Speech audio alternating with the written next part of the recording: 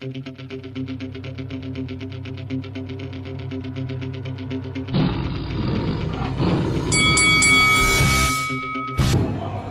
this is Sugar Hill.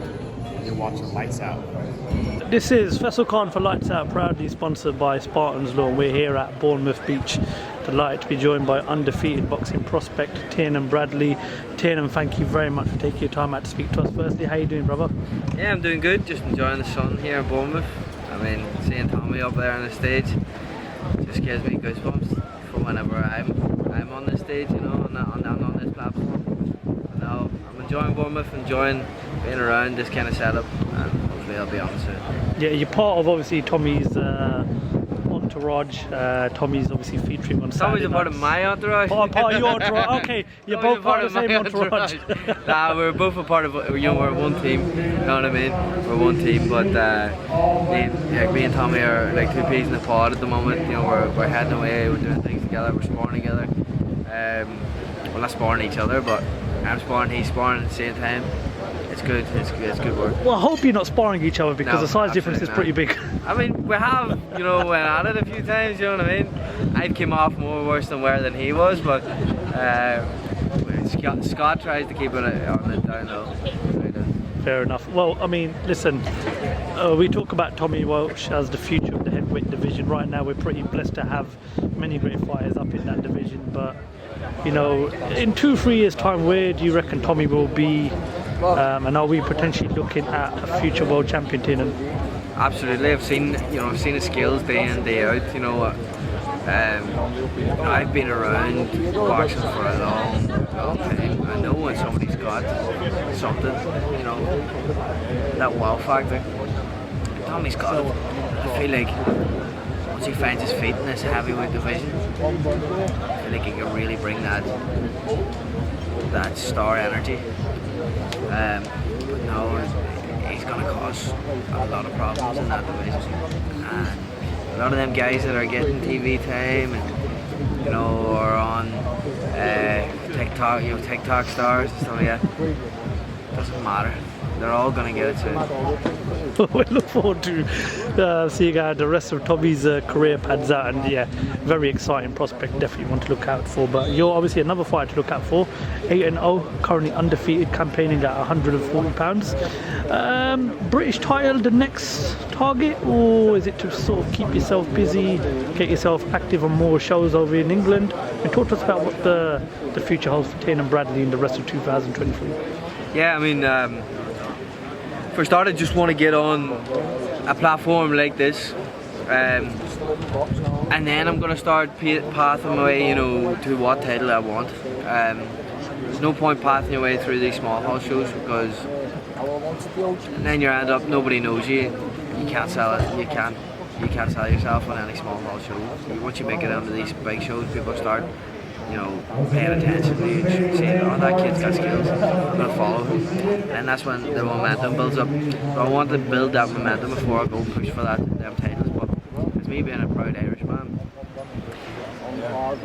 I'm from the north of Ireland. I can fight for the British title, but I don't call it the British title, I call it the Lonsdale belt. So no, it's good way of Lonsdale belt. So yeah, I mean, there's some fantastic fights there for the Lonsdale belt. Dalton Smith's got it there at the moment. He's fighting Maxwell in a few weeks. That's a very interesting fight. I picked Dalton to beat him,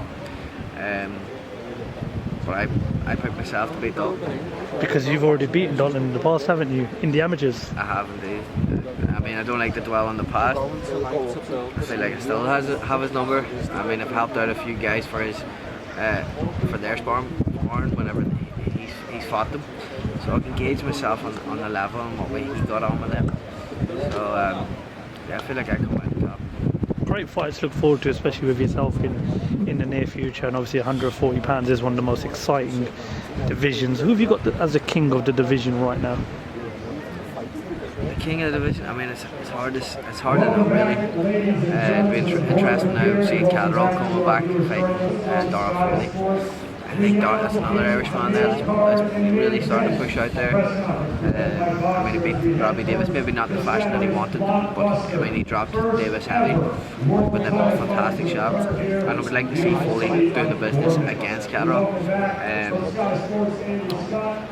I'd say Josh Taylor is the king at the moment, as much hate that he gets. And he said he was going to move up, but he never did. I mean, it'll be interesting to see what way Region Progress comes back from in the 140 division. I know he had a fight with Liam Parrow. Gone wayward. Liam Parrow pulled out injury. That's Liam Parrow's second fight. I'm friends with him. He's just quite unlucky in it. But I'd like to see Liam Parrow in the mix at 140. I mean, there's a few guys there. I don't believe that I'm that far off. It's weird. I've always had this self-belief that I'll be at the top of the division once I get going. But yeah, there's no real king, because they all can be dethroned at any moment. So yeah. But he's involved in a very, very exciting fight with Teofimo Lopez, and that is a fight that has the making to be an absolute barnstormer. And we know what type of a fight Teofimo Lopez brings, and we all know how relentless Josh Taylor brings. Now, there'll be a lot of focus on Josh Taylor given the fact that his last fight was surrounded with a lot of controversy against Jack Catterall. Do you think that after the fight with Jack Catterall it made more sense to take the Jack Catterall rematch, or to have maybe a warm-up before fighting a fight like Teofimo Lopez?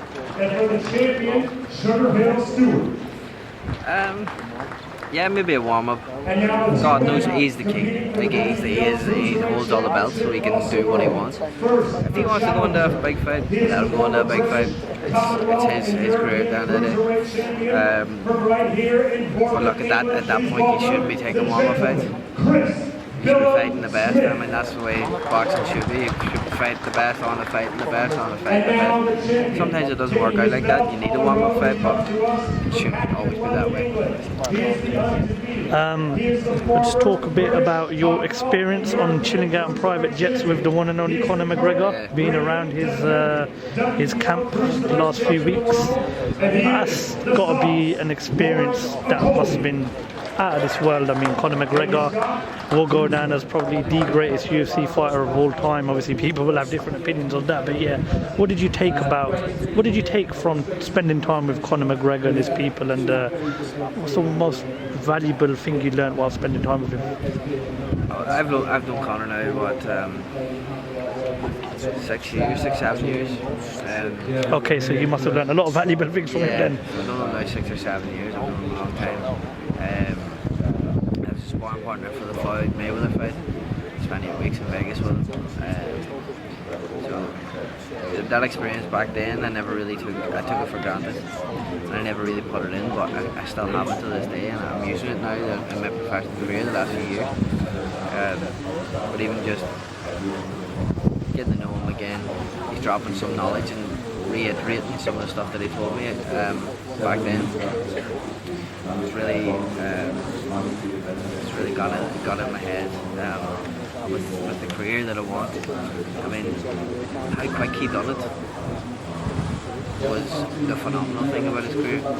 He called out all the top dogs, and then won the featherweight belt, and was straight up the lightweight, or straight up the 170, fought the Diaz, won the 155 belt. Just didn't give a hell. Called out everybody, fought everybody, didn't give a shit.